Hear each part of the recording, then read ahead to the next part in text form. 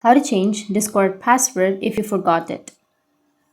So if you want to change the Discord password if you forgot it, then first you need to open up your Discord application. Once you open up your Discord, you just need to simply go with the profile, which is on the bottom right. Once you're under your profile, you need to go with settings, which is on the upper right. Now under your settings, you just need to simply go with the account section. Once you tap on account, you will have the password option. Tap on password, and from here you can change your password. But if you want to change your Discord password, then you need to have your current password.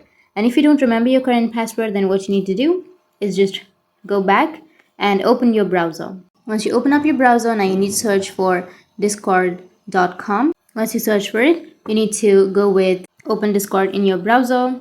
After that, it will take you to the login page. Now, once you enter the login page, you will have this kind of interface. So what you need to do is just tap on forgot your password. And after that, you just need to simply enter the email or the phone number. So tap and enter the email or phone number and tap on forgot your password. And after that, here it says that we've sent the instructions to change your password on your email. So you just need to simply check your email, tap on OK, and then open up your mail associated with your account.